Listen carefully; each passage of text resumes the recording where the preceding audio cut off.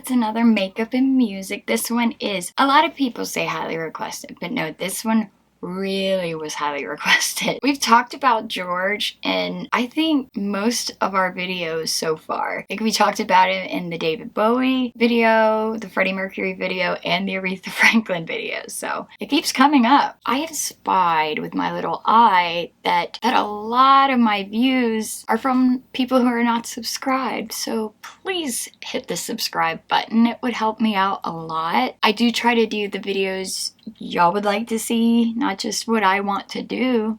So leave suggestions down in the comments. If you're enjoying it while you're watching, hit the like button. I'm redoing my background, but I'm going to try to stay out of the way so I can put up pictures. Today we're talking about George Michael. Today we look at his life and career, what made George so loved, and what made George the man he became. I will be putting up some triggers on the screen.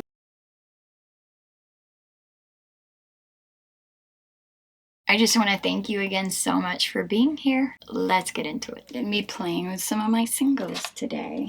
Pull this hair out of the way. So only half my nails are done, but we're not going to talk about it. Nothing to see here. My eyebrows are done. My eye base is on. I went back to my MAC paint pot. I used my Sheet Gum eye pencil. Also, I do not typically like the Ray Dunn stuff. Like, I'm not into that. But I was at TJ Maxx and I saw this mug and it's so cute. It's green iridescent, hashtag green gang. It's a little dirty because I've been drinking out of it. But it says magic.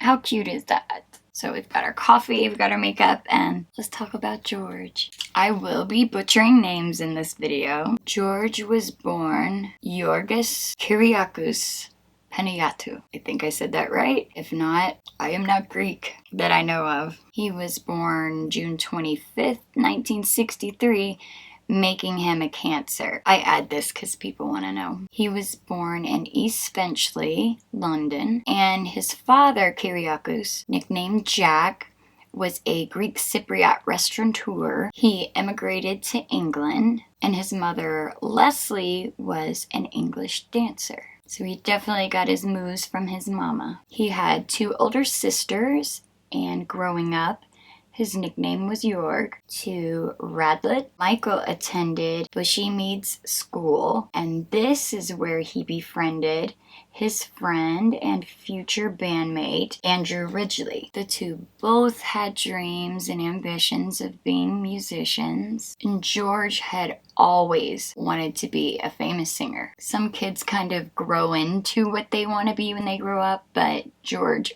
always knew. Now, George was not a confident boy. He was taunted relentlessly for being a bit chubby and a bit awkward. He was just not super confident. Andrew and George met around 12 years old, and Andrew was kind of everything that George wished he was. He was very confident, very outgoing, very popular, and George really looked up to Andrew. And because of this, George kind of started to mirror Andrew. He began to watch his diet and dress a little differently and style his hair a little differently. He got rid of his glasses and got some contacts. He really just wanted to be like his best friend. Now, George's family was very, very close. His mother was extremely loving. His dad, though, was quite traditional, quite stern, very much the patriarch, and George had actually wanted to leave school at 16, but his father would not allow it. So in 1980, when George was 17, the tensions between him and his dad were kind of mounting. This is not uncommon anyway when boys are becoming men, but it was especially hard because of the career George wanted to go into, and his dad was not really too supportive about it. And George said they had actually fought about his career choice from the time he was 7 years old until he got his record deal. His mom was very supportive and his sisters, but his dad wasn't really. And people thought that George may have assumed that becoming rich and famous would fill this kind of void. But as we know, that's never really the case. In contrast to George's father, Andrew was like his biggest cheerleader. He was such a great friend. He was always just hyping him up, always encouraging him, and it was really, really good for George. Everyone, I feel like, needs a friend like Andrew. I think we all need a hype man like that. So Michael would busk, and for those that don't know, busking is like the people you see playing on the street for tips. He would busk on the London Underground and sing Queen songs. He also worked as a DJ for a little while, and his first band with Andrew was actually a ska band. They were called The Executive, and this was a band with Andrew's brother, a guy named Andrew Lever, and David Mortimer, later known as David Austin. But it was when he and Andrew were kind of on the cusp of their fame that he changed his name to George Michael. In 1981, along with Andrew's girlfriend, Shirley Holloman, and a friend, DC Lee, they formed Wham. So the shy George soon learned to project an image that was much more audacious and a lot less shy than he actually was. And it didn't take very long. The boys soon landed themselves a record deal, and their very first album, Fantastic, hit #1 in the UK in 1983. They immediately became superstars, so all of it happened super quickly. For as much as one can become an overnight success, the boys did, although we know that they had actually been working for years, so it wasn't overnight, but when they put their mind to it, it happened very quickly. But the problem was that the image George portrayed was not the real him. They wrote their own music and it was extremely successful, but the fame brought a certain lifestyle. They became very familiar with the party scene, and George had always dated girls, but it was at this point he began experimenting with the opposite sex. But due to fear that a gay pop star would be ostracized or that it wouldn't sell, he kept all this a secret. And he went even further, maybe even overcompensating a little bit by actually portraying himself to be a ladies' man. And I'm sure the record company had a hand in that, as if we don't know the evils of record companies. By 1984, Wham was absolutely everywhere, and they finally took America and became #1 with Wake Me Up. Their album, Make It Big, sold 10 million albums, but all along he's still living the double life. And at this point, he still hadn't even come out to Andrew or Shirley. George wanted to come out to his parents, but after speaking to his sister and some friends, they kind of dissuaded him from doing that, because despite his superstar status, George still lived at home. His mom and his sisters even made Wham's clothes. So he lived in constant fear that his parents would find out, but he was most worried about his mom. It was around the time of the AIDS epidemic, and he honestly, it seemed like he didn't feel like she wouldn't accept him, but it felt like he didn't want to worry her. But he did eventually come out to Andrew and Shirley, and they were incredibly accepting and supportive, and they were very protective of him. So I think it was finally nice that he had some support in that area, and he wasn't just holding on to this secret all by himself, that weight was kind of shared when he came out to his friends. So in 1986, Wham finally played their final show. George and Andrew had been talking, and Andrew knew that it was time for George to just be his true self and go out on his own, and he never wanted to hold George back. He really was just such a great guy. So they played that last show at Wembley Stadium, and George went out on his own. But soon after, George would begin to feel the effects of losing his support system. I think even he underestimated how much he relied on Andrew for emotional support, but he very soon realized it. And as he entered this entirely new way of life, he became extremely lonely. Despite his loneliness, his career was taking off. And in '87, I Want Your Sex was kind of the launching point. I mean, he knew it was going to get attention. Kathy Young, his girlfriend, appeared in the video. He was still dating women at this point, but he knew he was living a lie, and continually leading this double life was causing him a lot of pain. In early 1987, at the beginning of his solo career, I Knew You Were Waiting for Me was a one-off project that actually helped fulfill one of his dreams, which was recording with one of his idols. Also in 1997, the song Faith came out, and the video came out for it as well. And we all remember George's booty. You remember the booty. Faith became the best-selling single of 1988, and it cemented him as a heterosexual heartthrob. And when I talk about the record companies, don't get me wrong, George was completely in control of everything he did. Everything he did was self-directed, so George had to be completely in control of how he was perceived. Everything from the clothes to the beard to the leather jacket to the hair. His sister was actually a hairdresser, and she was the only one he would let do his hair. But all this also goes to show how much pressure he put on himself. So as I said, Faith was the biggest hit of 1988. That album had 5 hits. And in February, George started his first solo tour. It would take a year and a half and send him to 21 countries. But again, despite the success, he was 23, a millionaire, and completely alone. And that's gotta be like a torturous existence, to not being able to be yourself, hiding, completely isolating yourself because you're afraid. It's incredibly sad, and I just feel so bad for him at this time. And I think this is just a personal opinion. I think when Andrew talked to George, he knew something wasn't right. So he went to visit George on his tour, and that visit seemed to help him for a little while. It sort of gave him a boost, but it also reminded him of how things used to be and how much support he had before.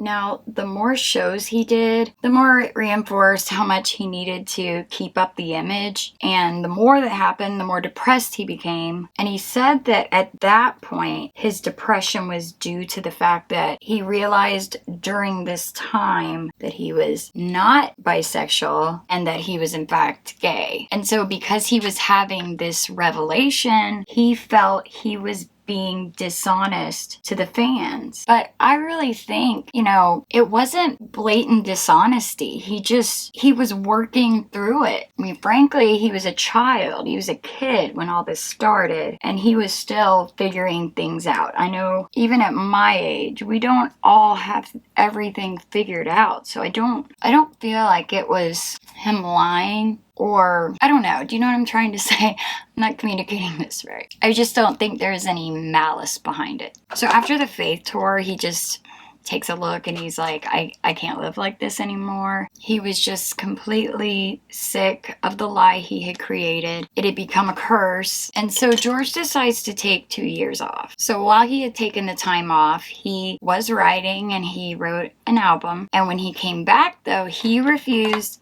to appear in the video. He also refused to do any press for the song or for the video. So George called his manager, and then he and his manager called the record company to kind of break the news to him that he was not going to appear in any video for it. In the context of the single, which by the way was Freedom, and it was all about him breaking away from his old image and being free to be his true self, you can understand why this was really important to him. And when he had tried to explain all this to the record company, they were just being a bag of wieners about it, and it became personal. He no longer wanted to work with them because, you know, it was obvious they didn't care about him. They only cared about the money he made for them. And it was just a relationship he was no longer interested in being a part of. So as a compromise to not wanting to appear in the video, they got a hold of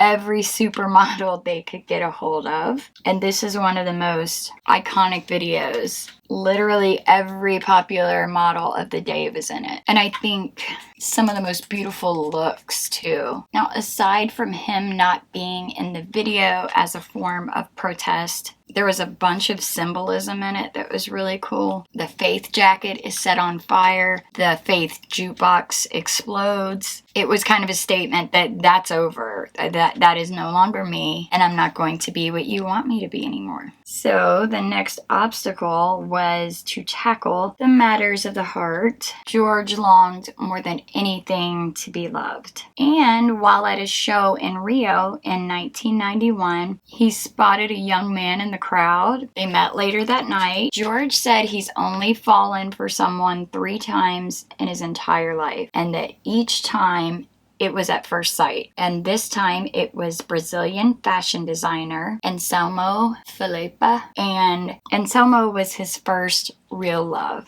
George said for the first time in his entire 27 years, he was finally happy. So Anselmo moved to LA with George, and the first 6 months was just, you know, absolute bliss. They were in that whole honeymoon period. Everything was wonderful. They were in love, but soon Anselmo began feeling sick. So he left LA. He wanted to go home and have some testing done. And in December of 91, Anselmo went to Brazil and George went home to England for Christmas. And of course, being gay men in the 80s, early 90s, they knew that it could possibly be AIDS, HIV. So the waiting was just awful. And he's home in England. His parents are in the dark.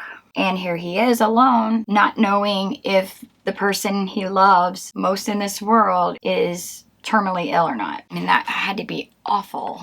And when I say terminally ill, we have to remember at this point, AIDS was a death sentence. There was no cure. There was no real standard treatment that really extended the life that much. It was all kind of managing symptoms. So not only was George worried about him, but he's also thinking, have I contracted it as well, if that's what it is? Being surrounded by his family with this burden that he can't share was incredibly isolating for him. We also have to understand at that time, AIDS was considered a gay disease. There was a stigma, and he could not stand the thought of putting his mom through the torture of wondering when the day would be that he contracted it and died. I think that may seem silly to some people now, but having lived through that era, I completely understand why he was trying to protect his mother. He felt like he was in this catch-22. There was also another reason he didn't want to confide in his mother. This is so incredibly sad. In 1963, Leslie, his mom, had a brother who was also gay, and tragically, he took his own life.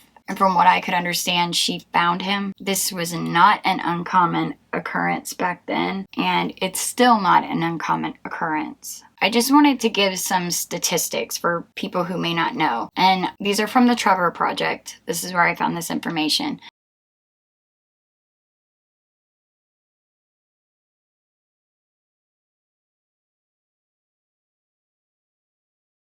These are today's statistics, not 20 years ago. And I just wanted to throw that out there because this is still something that's incredibly hard to deal with even today. So not only did Leslie's brother take his life, unbelievably, her father also did. So George had lost his uncle and his grandfather to suicide. So again, the weight of all this has to be incredible because George is thinking, you know, there's all this history behind his mother and her own brother, and now with her son, I can imagine he felt immense pressure. Now soon their worst fears were confirmed. Anselmo had contracted HIV, and it was just a few months earlier that George's dear friend Freddie Mercury passed away from AIDS. On April 20th, 1992, George, among other stars, paid tribute to Freddie at Wembley Stadium. And as I mentioned, also in Freddie's video, that when he did Somebody to Love, oh my gosh,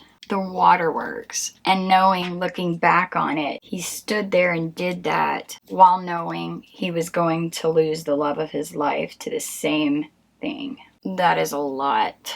He said while singing it, he was thinking of Freddie and praying for Anselmo. And in the midst of all of it, he had nobody. He had nobody to share that weight with. So Anselmo said that he wanted to get treated back at home in Brazil. He said it was because he didn't want the paparazzi hounding him, which they were relentless with George. So he knew also that if it came out, it was going to be a problem for George as well. But George didn't care. He wanted him there. He wanted to take care of him. But George thought the treatment was better here in the US and in the UK. He just wanted to take care of him. And George had to continue working also. So he was completely devastated that Anselmo wanted to go back home. If you want to know my opinion, I'll explain one day the ways I interacted with the AIDS community. I'll tell that story one day. But I personally think, knowing how the end is for AIDS patients, I think Anselmo didn't want George to have to go through that. That's just kind of what I gathered. Either way, Anselmo went home to be with his family and to get treatment, and George stayed and worked and just threw himself into that. But he was still devastated. In March of 93, George got the call that Ans had died. And actually, it was suddenly from an AIDS-related brain hemorrhage. George was completely distraught, as you can imagine. He felt like he was intensely angry that their life together had been stolen. But that anger drove George to finally come out to his mother. He wrote a letter to her. He wrote a letter to her the day Anselmo died. It almost seemed like he felt he owed that to Anselmo. Like he couldn't let him and their love die in secret, if that makes sense. So it's been a while. He hasn't released anything in a couple years. Not since Freedom. And his relationship with his record label was deteriorating. He had made them over $200 million. And he expected them to have some patience with him, right? Again, they're being total douches. He had just lost the love of his life and he needed time to work. So George is like, I've had it with these people. He brings in a whole slew of attorneys to try to free himself from his contract. And he didn't just want it for himself. It wasn't totally, a selfish thing. He wanted to set a precedence for other struggling artists. So Sony refuses to release him. So he sued. And in a highly publicized trial, it lasted 2 years. So in the interim, he's not releasing any new music. And in the end, he loses the case as well as $3 million. And at the time, people are advising him, don't do this. You're not going to win this case. So he was basically picking a fight that he was never going to win. And they said this was the start of just some serious self-destructive behavior that was all brought on by Anselmo's death. His friends say he just became a recluse and hid from the world. They said he was smoking roughly 24 joints a day. Now, I was married. Now, when I met my husband, he was the biggest pothead I've ever seen in my life. But 24 joints. How was he upright? How did he function? I would have been absolutely comatose. In his words, he became a complete and utter stoner. He was self-medicating, but in an abusive way. He didn't want to write. The thought of entertaining other people made him just sick to his stomach. And he just thought he was never going to get past that. But as good mamas do, George's mother, Leslie, really just continued to encourage him. And thank God he had come out to her at this time, because she was there for him this entire time, and it was probably the time he needed her most. Finally, in 1996, he began to feel able to make music again, and the first song he released was the song Jesus to a Child, and it was his tribute song. It actually became a hit, and George actually secretly donated all of the proceeds of that song to charity, and he donated $50 million to an AIDS charity in Anselmo's name. But he did it with the stipulation that he not be named as the donor. Now, despite the success, George continued to isolate. He also began to use harder drugs. He began to drink and use cocaine. But 3 years after Anselmo died, George met Kenny Goss, who was a Texas businessman. They fell in love. He said Kenny was helpful in showing him that he could love again. But not long after they started dating, George found out that Leslie's mother had cancer. From what I read, it was skin cancer. It was melanoma. But from what I read, they found the melanoma so late that it had metastasized to breast cancer. Here's a sick and twisted piece of info. These sorry, no good excuses for human beings, the paparazzi, posed as freaking doctors trying to sneak pictures of him and his dying mother. And not only that, they were posing as doctors trying to get her medical information. That is just, it's such a violation. These people are animals. Sorry, that's an insult to animals. They're monsters. In February 1997, Leslie finally succumbed to her cancer, and that very week, George recorded a song in her honor, a duet with Toby Burt, and I highly recommend you give it a listen. It's so beautiful. George's depression became almost unbearable after this. On the evening of April 7th, 1998, in Beverly Hills, George was arrested in a public park bathroom. These were targeted stings, in my opinion, and his home was swarmed by the paparazzi. Now, many thought being outed like this would dim his star, but it did not. People actually continued to support him, and he actually finally felt free because now the whole world knew. And he even made a satirical video about it, and the cop that arrested him tried to sue him because he kind of had him portrayed in the video. But because police are public people, the defamation lawsuit was dismissed. Now, in 2006, he lost his driver's license for drug-related vehicular charges. He nodded off in an intersection, and once again, the paparazzi had a field day with this. But that same year, he went on tour for the first time in 15 years, and it was actually a huge success. He also did a free concert for the nurses who looked after his mom during her battle, but soon after the tour, he was once again arrested in a public bathroom for crack cocaine possession, and George never really shied away from this. His way of handling it was almost to poke fun at the way the media was obsessed with his private life. In 2009, George and Kenny split after almost 13 years together. His friends say it's almost like once his mother died, he just kind of hit the self-destruct button and that was it. It was already pressed, and the series of unfortunate events just kept playing out. It seemed by this point that the depths of his emotional pain were just to the point that no one could reach him. That's Puppy. What do you got?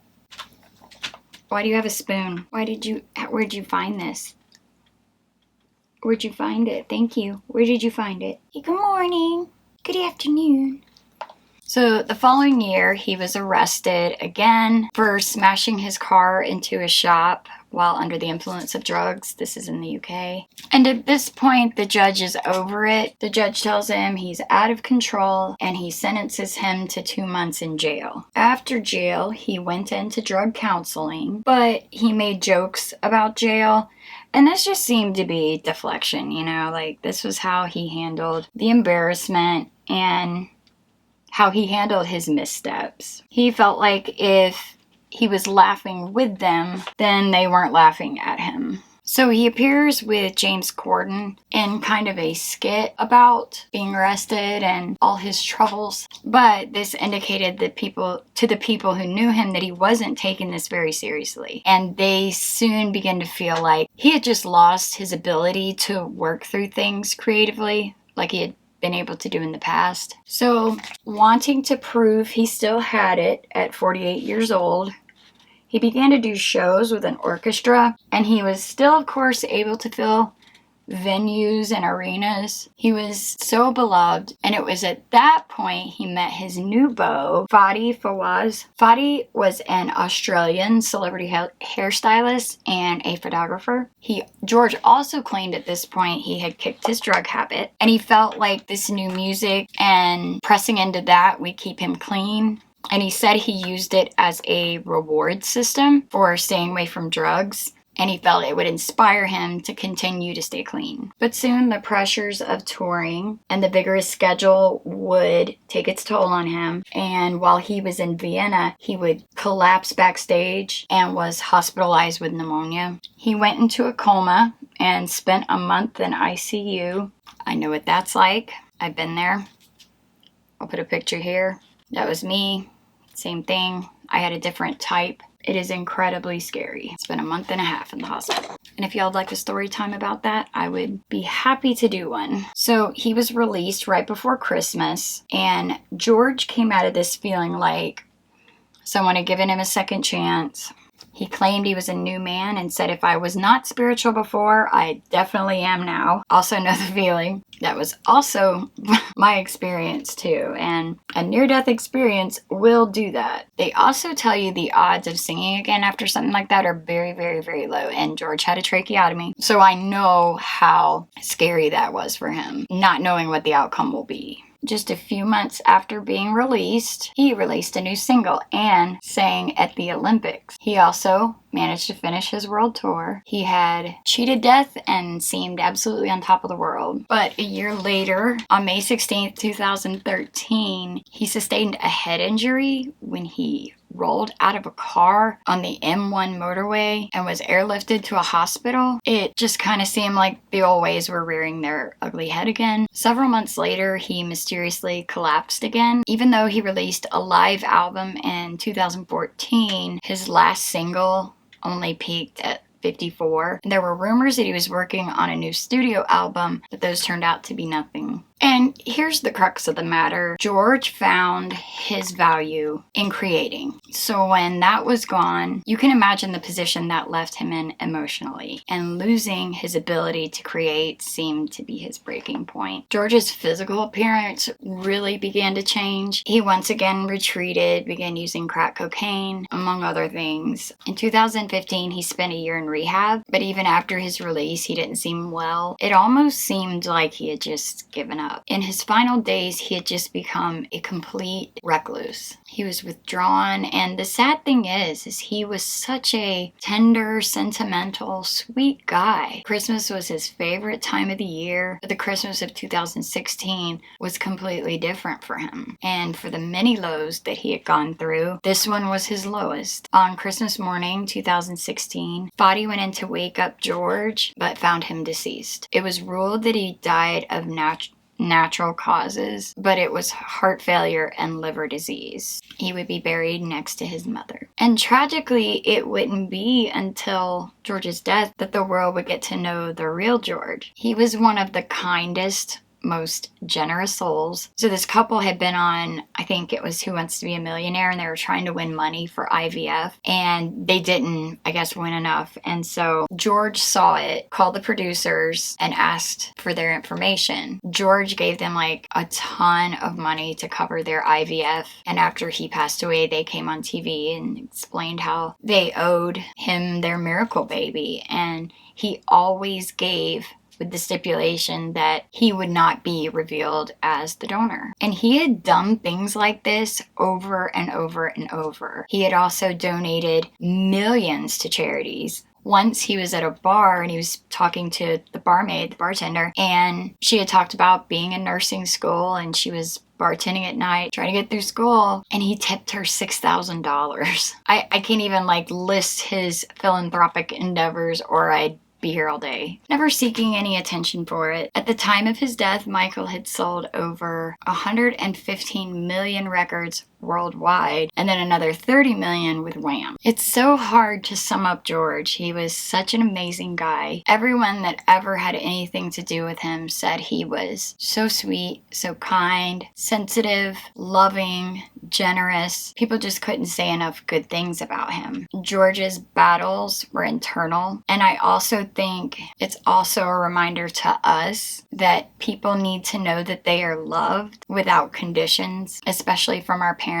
And I think there's a lot of other lessons we can take from George's life. And I think one might be to be kinder and gentler with ourselves sometimes. But George's legacy is his music and those he left behind that loved him. I'm a big fan, and I loved researching this and finding out more about him. So that's going to be all for this one, and I hope you guys enjoyed it. Let me know your favorite part. I just want to thank you all so much for supporting this channel and watching and suggesting. Make sure you leave a suggestion for the next one. If you would like this video, it would help me out so much. And subscribe if you're not a subscriber. We'd love to have you here. We are an awesome family here. Everyone is so kind and so supportive. I guarantee you'll love being around these people down in the comments. They're amazing. I hope you'll join me again. As always, I love you guys so much, and I really appreciate you.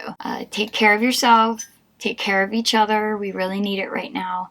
And I will see you next time. I can't help